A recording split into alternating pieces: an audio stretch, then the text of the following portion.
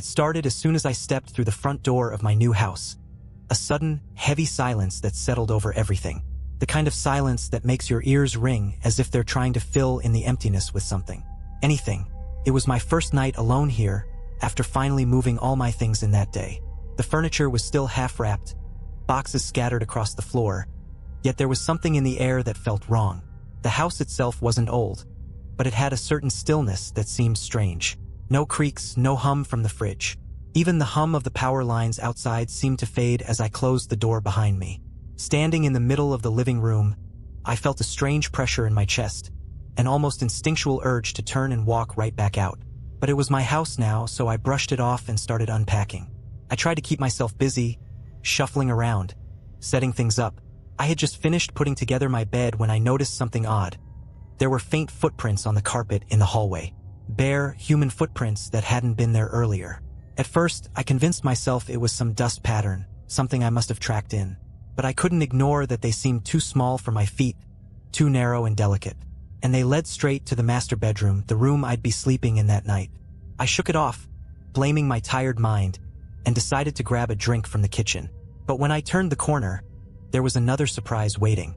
My kitchen lights were flickering, a slow, methodical pulse that had no reason or rhythm.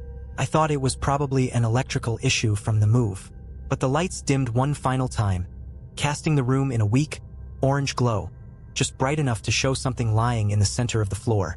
A key. One I hadn't seen before, long and rusty.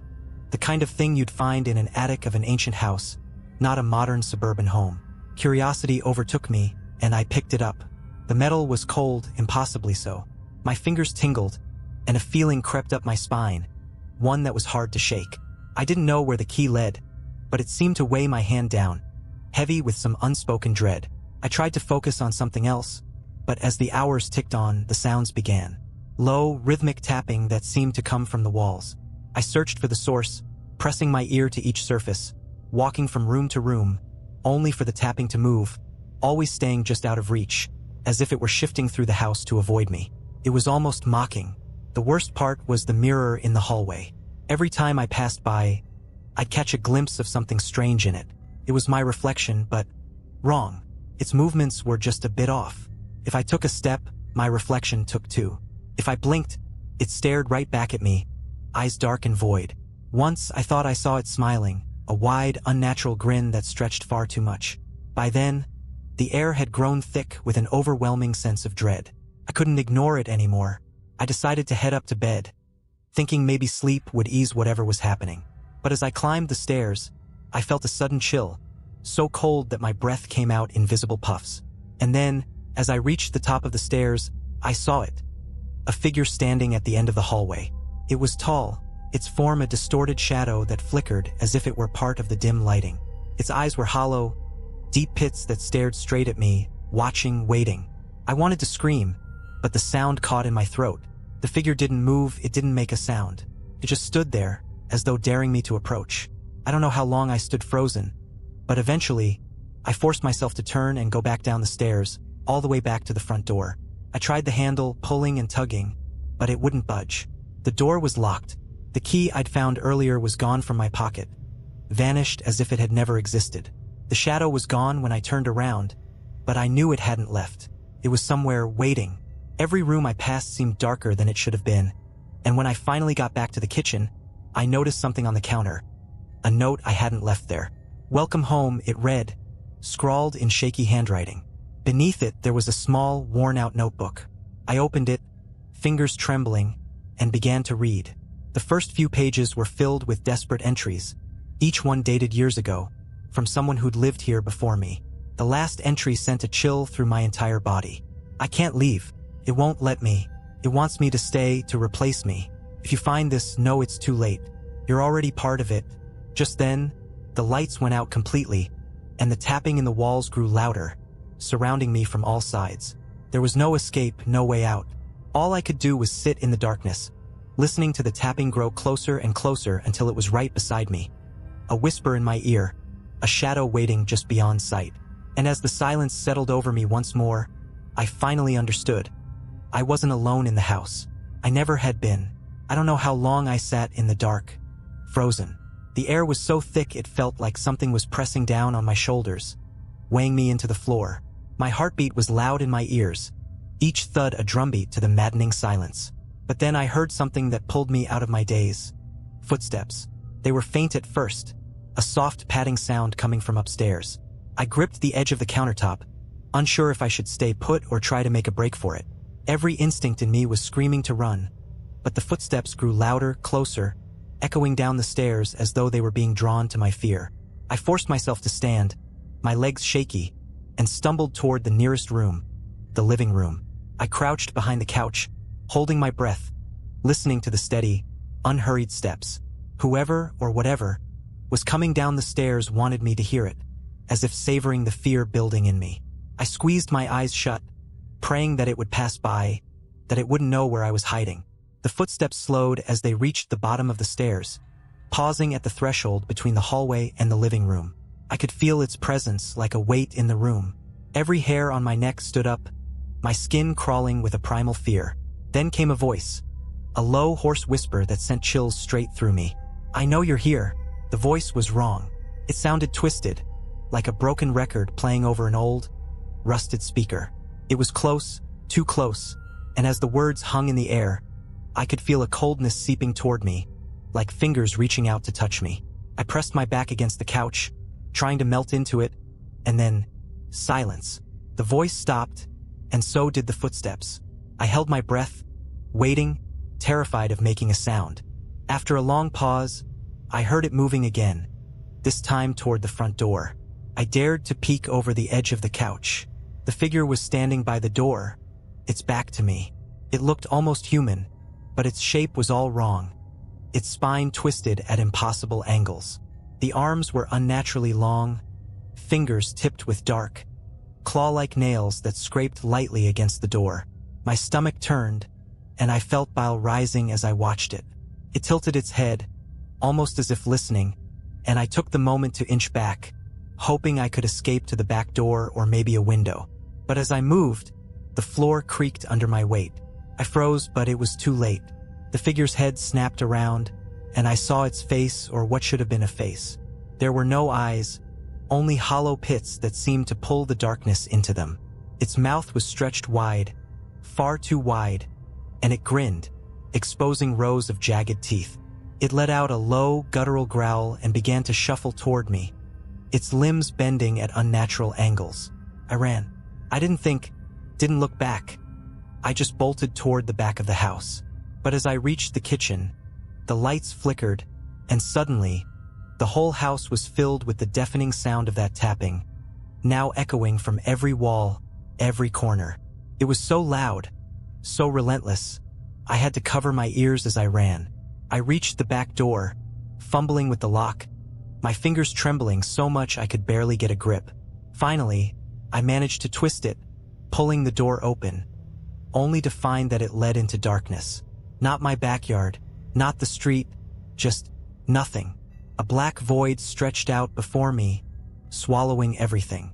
I backed away, my stomach dropping, realizing that escape was impossible. The tapping grew louder, and I turned to see the figure standing in the hallway, watching me with those empty, hungry eyes. Its head tilted, its mouth twisting into that horrific grin again. "You're home," it whispered, voice dripping with malice. "And I'm just getting started." I scrambled back into the kitchen, desperately looking for anything I could use as a weapon. My eyes landed on a knife lying on the counter. I grabbed it, clutching it tight, as the figure moved closer, its limbs stretching and contorting as it moved, filling the hallway, blocking any chance of escape. But then, something changed. The lights flickered again, and for a brief second, I saw something behind the figure. Another face, just as twisted and empty, hovering in the darkness, and then another and another. They were layered on top of each other, faces upon faces, each one more horrifying than the last, as if every person who had ever set foot in this house was still trapped here, part of the entity, feeding it. I realized, with a sickening certainty, that the house itself was alive. It was feeding off my fear, my helplessness, drawing me deeper into its grasp. And as the entity reached for me, its claws extended, I knew I was next in line to become part of its endless, hollow hunger. In a desperate last act, I lunged forward with the knife, slashing at its outstretched hand. The blade met resistance, cutting through something solid yet cold as ice. The figure recoiled, hissing, and in that moment, I saw an opening. A door that hadn't been there before, cracked open at the far end of the kitchen, spilling dim, flickering light into the darkness. Without thinking, I sprinted for it, throwing myself through the doorway just as the lights went out completely. I fell forward, landing on cold, hard ground, and when I looked back, the door was gone. I was outside, lying in my front yard. The house loomed behind me, dark and silent, its windows like empty eyes staring back at me. I sat there for a long time, too afraid to move, to breathe. As I sat in the grass, staring at my dark, silent house, the gravity of what had just happened began to settle over me like a weight. I was outside. I had made it out. The night was cold, the air sharp with the smell of wet earth, and I could feel the dew soaking into my clothes. I didn't care. I was out of that place, away from whatever horror lurked within. But then, as my breaths began to steady, something caught my attention. The front door, which I knew I'd locked, was slightly ajar. A faint light flickered inside, the same dim, sickly glow I'd seen in the kitchen. It seemed to pulse, like a heartbeat, as if the house were alive, waiting, daring me to come back. I tried to look away, to get up and walk to the street, to find anyone who could help me. But no matter how hard I tried, my gaze kept drifting back to that door, and an almost hypnotic pull washed over me. My mind raced, trying to make sense of the night, to understand why the house wouldn't just let me go. The words from the notebook I'd found earlier echoed in my head. "You're already part of it." A wave of dread gripped me, but I pushed it aside, telling myself I'd find somewhere else to stay, somewhere safe. But then I felt it, the unmistakable sensation of being watched. I looked back at the windows of the house, but they were black, empty. Then I felt it again, stronger this time, and I turned to look around me, scanning the shadows at the edge of the yard. And there, just beyond the fence, I saw them. Figures standing perfectly still, lining the perimeter of my yard.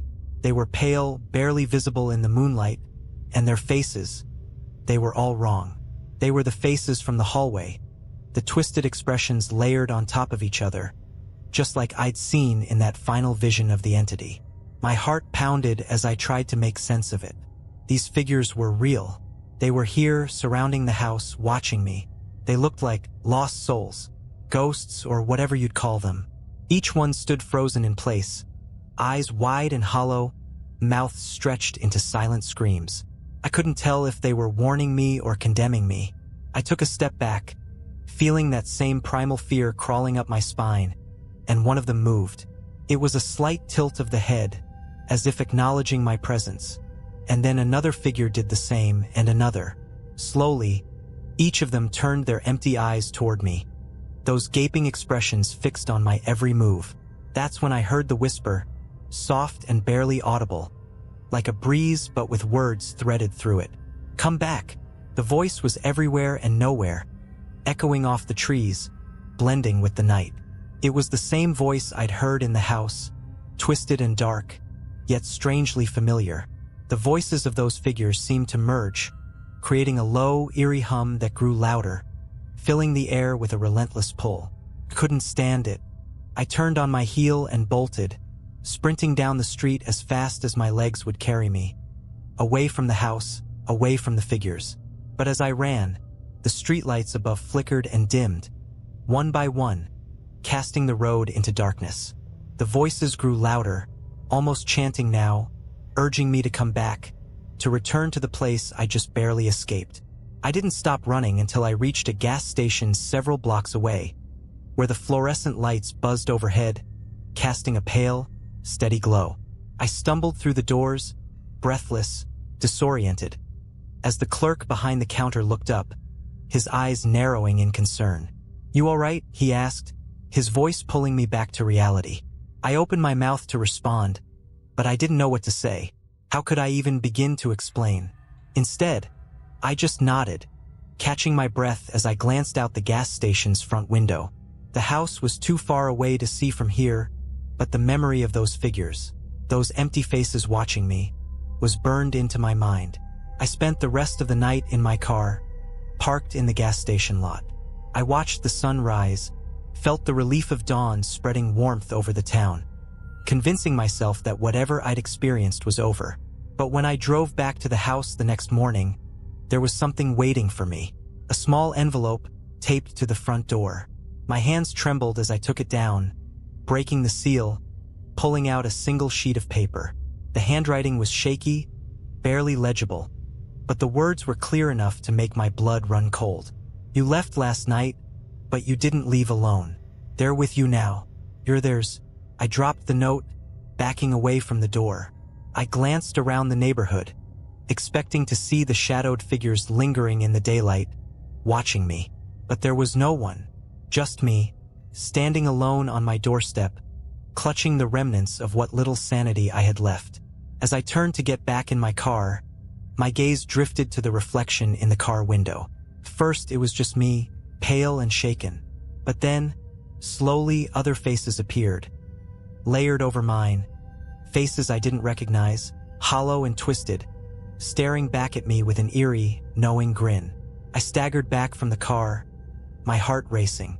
The faces in the reflection lingered for a moment, their hollow eyes locked onto mine, before they faded away, leaving only my pale, haunted expression staring back. It took every ounce of willpower I had to steady myself and get into the car, but I knew I couldn't stay there. I couldn't go back into the house. So I started driving, aimlessly, just trying to put distance between myself and whatever had latched onto me. As I drove, flashes of last night flooded my mind. The twisted figure, the tapping in the walls, that eerie whisper calling me back. My hands were shaking on the wheel, my skin prickling with the feeling that I wasn't alone. I kept glancing in the rearview mirror, half expecting to see something lurking in the back seat, or worse, those faces staring back at me again. But the mirror showed nothing except the empty road stretching out behind me. After what felt like hours, I found myself parked at a diner on the outskirts of town. It was small and run down, but it was bathed in daylight, and that was enough to make me feel a little safer. I slid into a booth near the window, where I could keep an eye on my car, and ordered a coffee, hoping the warmth would chase away the chill that had settled into my bones. As I waited, I couldn't shake the sensation that something was watching me. I scanned the diner, just a couple of regulars at the counter, a tired waitress refilling mugs, nothing out of place. But then, my eyes landed on a mirror behind the counter, and I felt that familiar chill. Reflected in the glass, I saw a shadowy figure standing just outside the diner's front door, its face obscured, but unmistakably staring right at me. My heart leapt into my throat. I whipped around to look out the window, but there was nothing there. Just my car, the empty parking lot, and the faint outline of trees beyond. But when I looked back at the mirror, the shadow was still there, lingering just outside the door, unmoving, as if waiting for me to acknowledge it. The waitress walked by, breaking my trance. "You all right, Han?" she asked, giving me a concerned look. I hesitated, glancing at the mirror again, but the shadow was gone. I managed a weak nod, forcing myself to look away from the mirror, to pretend like nothing was wrong. But my hands wouldn't stop shaking, and the coffee sat untouched in front of me, cooling as I tried to steady my breath. Just then, I felt my phone vibrate in my pocket. The screen lit up with a message from an unknown number. "You can't run from them. They're part of you now." I dropped the phone as if it had burned me, my heart pounding. I didn't recognize the number, and my mind raced with possibilities. Had someone been watching me? Was it some cruel prank? Or worse, was it the house itself? I grabbed the phone again, hands trembling, and typed a response, demanding to know who was sending these messages. But as soon as I hit send, the screen flickered, and the phone shut off completely. Dead. I tried turning it back on, but it wouldn't respond. Just a blank, black screen. Panic started to creep in. I didn't know where to go or who to call. The house wasn't safe, and now it seemed like even the daylight couldn't protect me. I felt trapped, cornered, and completely alone. Every sound in the diner, the clink of mugs, the hum of conversation, seemed to grow louder, distorted, pressing in on me. I had to get out. I bolted from the booth, ignoring the waitress's confused stare, and ran to my car. I fumbled with the keys, my mind racing, until the engine finally roared to life. I didn't know where I was going, but I needed to get as far away from here as possible. I drove until the buildings gave way to trees, following an old back road that twisted through the woods. It was quiet, isolated, with nothing but the faint rustling of leaves and the crunch of gravel beneath my tires. I pulled over, breathing heavily, hoping that the isolation would somehow free me from whatever was happening. But then I saw it, in the rearview mirror standing directly behind my car. The same shadowy figure, only this time it was closer, close enough that I could make out its shape. It was tall, with elongated limbs that bent at unnatural angles. And its face was still a blur, as though it refused to let itself be seen. I closed my eyes, hoping it was a hallucination, that the fear was twisting my mind. But when I opened them, it was there, even closer now, pressing up against the car, its face almost touching the window. A faint tapping began on the glass, the same rhythmic tapping I'd heard in the walls of the house, now echoing right beside me. Each tap felt like it was drilling into my skull, a reminder that I was trapped, that there was no escape. And then the tapping stopped. A low, raspy voice filled the car, chilling me to the bone. "Come home." The words were soft, almost tender, but they held an unmistakable threat, a command that I knew I couldn't ignore. The figure backed away, melting into the shadows, leaving me alone on the deserted road. Against every instinct screaming inside me, I turned the car around. I don't know why. Maybe it was the exhaustion, the creeping madness, or the twisted logic that returning to the house might be my only way to escape it. Maybe I just wanted it all to end. As I approached the house, dread settled over me like a heavy fog. The door was still slightly open, as if it had been waiting for me. I stepped inside, the air thick with silence, the shadows stretching long and dark across the floor. The house was unchanged, yet different. The walls seemed to pulse, as though they were breathing, alive. The tapping resumed, louder this time, echoing from every direction, a mocking reminder of my return. And then, the voices started, whispers, soft and insistent, coming from every corner of the room. "You're home. You belong to us now." I tried to back away, but my feet wouldn't move. It was as though the floor had turned to glue, holding me in place, forcing me to listen to the voices growing louder, merging into a terrible, echoing chant. The shadows around me shifted, taking form, and I realized with horror that they were the figures from outside, the same twisted faces I'd seen in my reflection. They surrounded me, closing in, their hollow eyes fixed on me with a chilling hunger. I opened my mouth to scream, but no sound came out. The figures reached for me, their hands cold and clawed, pulling me deeper into the darkness. And as I felt myself being dragged down, a final whisper echoed in my mind, filling me with a cold, hollow dread. "Welcome home." And in that last moment, before the darkness swallowed me, I understood. I had never really left. I was falling. It felt endless, like being swallowed by a dark ocean, the weight pressing down on me from all sides. My senses dulled, vision blurred, and sound faded into an oppressive silence that was somehow worse than any noise. It was the kind of silence that felt alive, that thrummed in my bones, making my skin crawl. And then, just as suddenly as it began, the sensation stopped. I was no longer falling. I opened my eyes, slowly, warily, expecting the worst. But what I saw was my house. The same living room, the same half-unpacked boxes, the same furniture I had arranged just hours before. For a brief, disorienting moment, I thought maybe I'd blacked out, imagined everything. The figures, the whispers, the strange messages. Maybe this had all been a vivid nightmare, some twisted hallucination brought on by exhaustion. But then I noticed the clock on the wall. The second hand wasn't moving. I stepped closer, staring at it, willing it to tick, to confirm that this was reality. But it stayed frozen, suspended in time like the room itself. The air felt thick and stale, as if the house were holding its breath. I glanced out the window, hoping to see the world outside, some sign of life. But all I saw was blackness, a dense, impenetrable void that swallowed the edges of the house. There was nothing beyond the walls, just a vast, empty nothingness. A low hum began to fill the air, vibrating through the floor, the walls, and into my bones.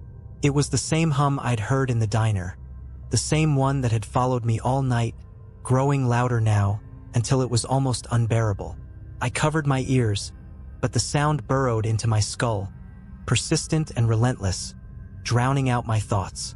And then, over the hum, I heard the voice again. "You shouldn't have come back." I turned, and there it was, the figure standing in the doorway of the living room. His form was clearer now, less shadow and more substance. It was tall, its limbs thin and impossibly long, like a creature stretched beyond its limits. Its face was blank, featureless, except for two deep, hollow pits where eyes should have been. It tilted its head, as if studying me, and took a slow, deliberate step forward. I backed away, my heart pounding, but there was nowhere to go. The walls seemed to close in, trapping me, funneling me toward the figure as it advanced, one step at a time. I tried to speak, to scream, but my voice was gone, swallowed by the oppressive silence. All I could do was watch as the figure came closer, its presence filling the room, suffocating me. I felt its cold, unnatural gaze pierce through me, like it was peeling away the layers of my mind, exposing every fear, every memory, every thought. Then it reached out. Its hand was thin, almost skeletal, with fingers that ended in dark, claw-like nails. The hand hovered inches from my face, and I could feel the cold radiating from it, seeping into my skin, freezing me from the inside out. I wanted to run, to escape, but my body wouldn't respond. I was paralyzed, trapped in its gaze, caught in its grip. The figure leaned closer, and for the first time, I saw its mouth. A thin, dark line that stretched across its face, opening slowly to reveal rows of jagged, sharp teeth. It smiled, a grotesque, mocking smile that sent waves of terror through me. "You're home," it whispered, its voice like nails scraping against metal. "You're one of us now." With a sudden jolt, I felt myself being pulled forward, drawn into the figure, into the darkness of its hollow eyes. My vision blurred, the room fading away, replaced by a swirling void of shadows and whispers. I could feel myself slipping, my thoughts unraveling, merging with the darkness, becoming part of it. In that final moment, as I felt myself dissolve, I realized what the house wanted. It wasn't just a place. It was a trap, a living, breathing entity that fed on fear, on souls.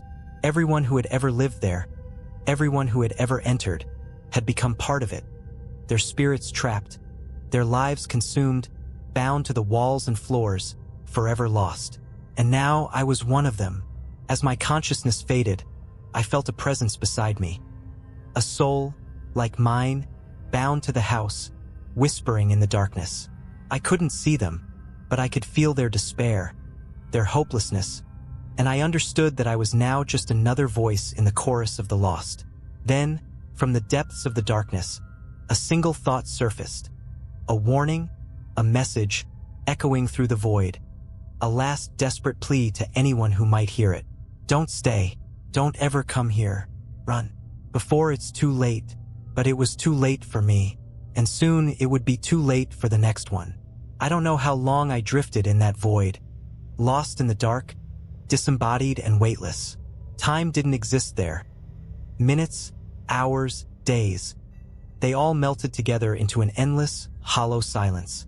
I was trapped, suspended in nothingness, surrounded by the faint whispers of others who had been caught in the house's grasp long before me. Their voices were faint, broken fragments of what they once were, each one carrying a lingering sadness, a desperate warning that had come too late. Every so often, I could feel a pull, a faint tug that would jolt me from the void, drawing me closer to the edges of consciousness, back toward the house. It was like a pulse, a heartbeat that reverberated through the shadows, pulling us, the lost souls, in and out of reality, as if feeding off us in waves. Then, one day, or what I think was a day, I felt something different. There was a sharp, electric crackle, a shudder that rippled through the darkness, and suddenly I was aware of everything. The void around me began to dissolve, replaced by a flickering, dim light. I could feel the pressure of walls again, the sensation of standing on solid ground. I was back in the house. I found myself in the living room, the same room where it had all started. The furniture was still half unpacked, the boxes scattered around the floor as if I'd never left. For a moment, I wondered if it had all been a terrible dream, if I'd somehow fallen asleep and woken up here again. But then I noticed the air. It was colder, heavier, thick with an unnatural stillness that prickled my skin. The room wasn't empty. In the corner, shrouded in shadow, I saw a figure, a new one. They were crouched on the floor, surrounded by boxes and furniture, their face hidden as they rummaged through their things. It was someone else, a stranger who had just moved in. A sinking realization washed over me. They had come to the house. I wanted to scream, to warn them, to tell them to leave, but I was voiceless, just a faint, powerless presence trapped in the walls. I was no longer myself. I was part of the house now, bound to its dark will, a silent observer with no way to intervene. The figure stood up, glancing around the room with a wary expression. They looked as uneasy as I had felt when I first arrived, as if they could sense something lurking just beyond the edge of sight. They paused, their gaze settling on a mirror hanging in the hallway, and I watched as they approached it, drawn to their own reflection. In the mirror, I could see them clearly. An ordinary person, someone with hopes, fears, and dreams just like me. I could feel their heartbeat, their nervousness, as if it were my own. And then, as they stared into the glass, something shifted. Their reflection changed. Slowly, a shadow crept over their features, twisting them, warping their face into a distorted version of themselves. Their mouth stretched into an unnatural grin, their eyes darkening, hollowing out into empty pits. It was a reflection of what they would become, what the house would make of them if they stayed. I wanted to scream, to reach out, to do anything to make them see what was happening. But all I could do was watch helplessly as their expression flickered between confusion and horror. They stepped back, tearing their gaze away from the mirror, shaking their head as if trying to shake off a bad dream. But I knew it was only the beginning. The house had chosen them, and it wouldn't let them go. They would stay, drawn in by the invisible pull, trapped by the same malevolent force that had claimed me. And soon, they would hear the tapping in the walls, the whispers in the night, the figures in the shadows.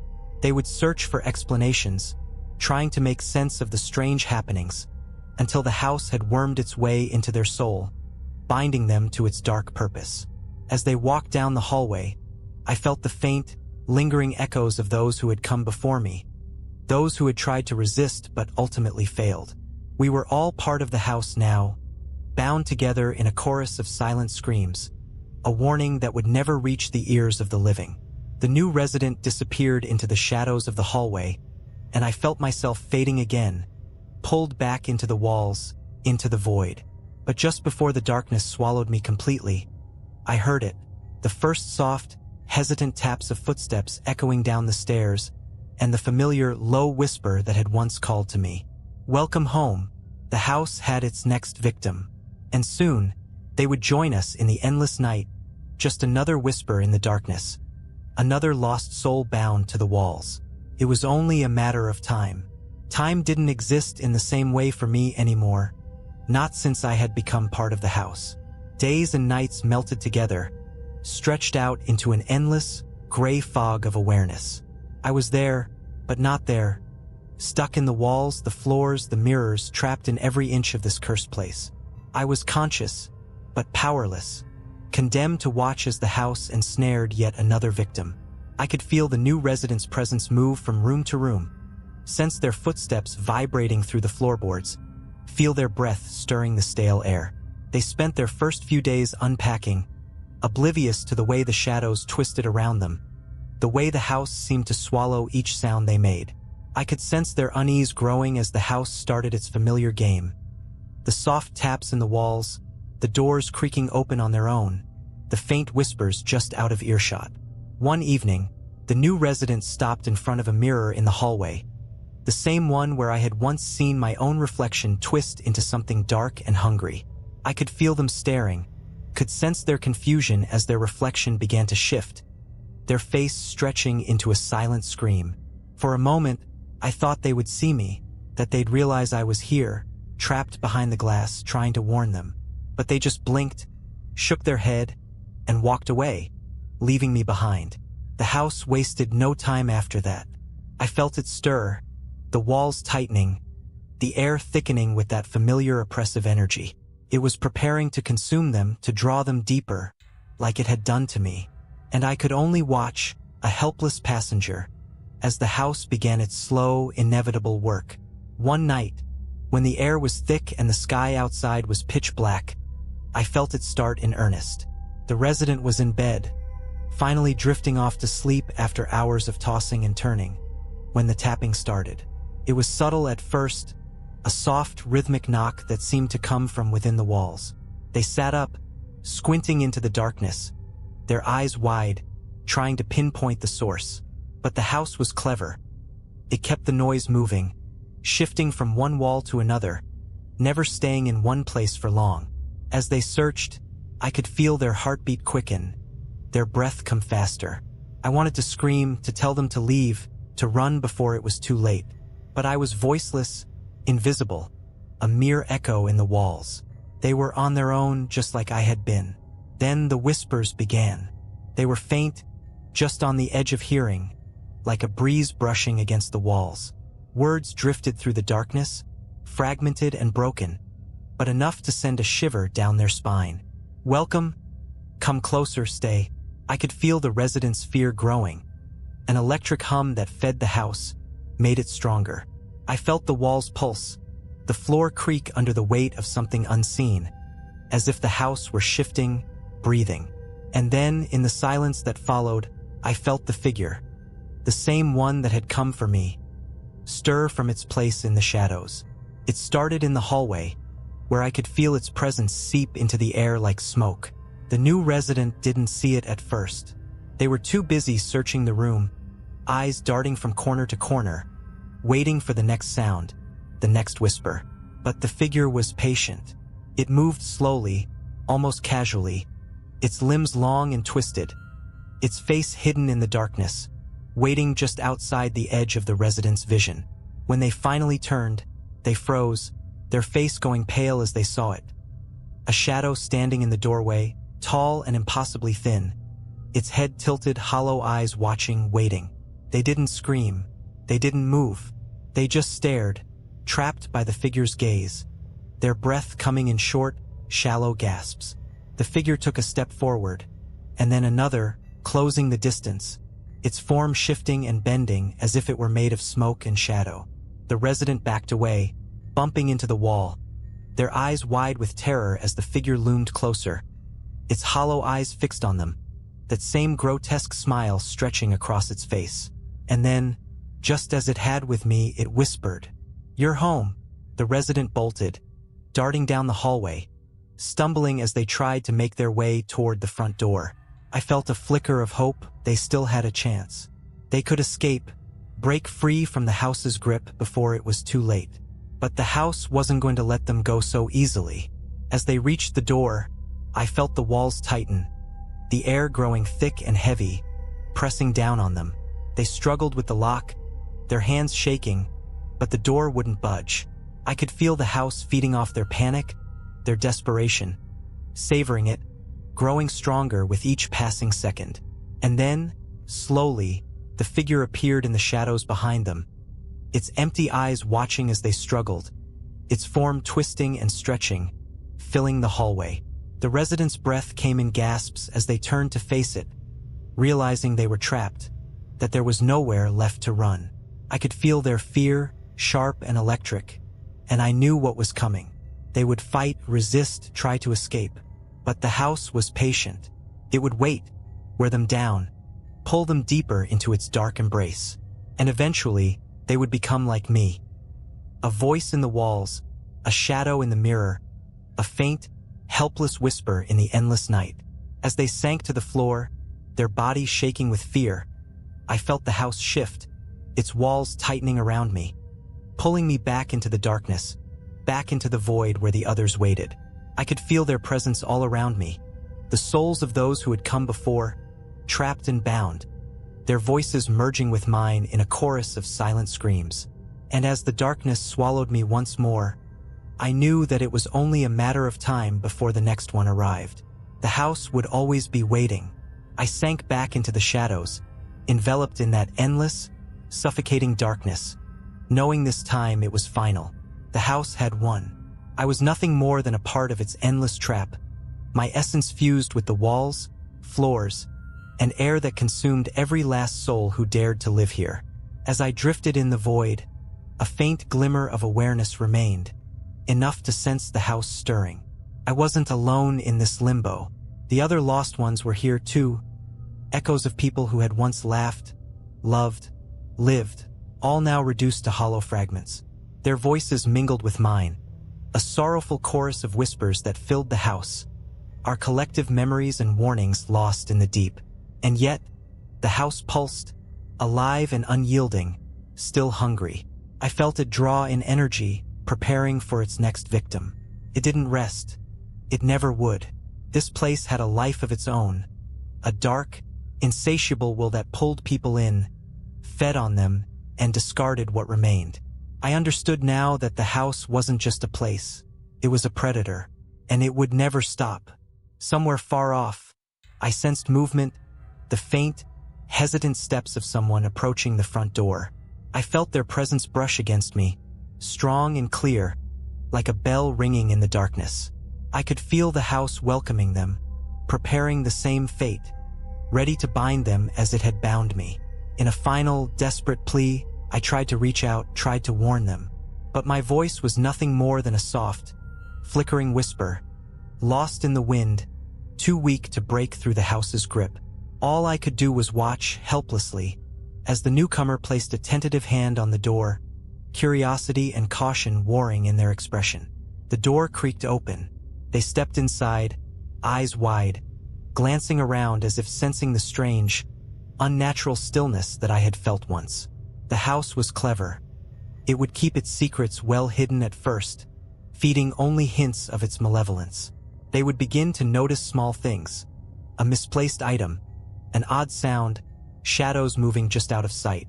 It would toy with them, unravel them slowly, until fear had taken root and their mind began to spiral, just as mine had. And, just as with me, they would never realize they'd fallen too deep until it was too late to escape. The last of my awareness began to fade, and with it, the flicker of hope I'd clung to for so long. I knew, with a grim finality, that this would be my eternity.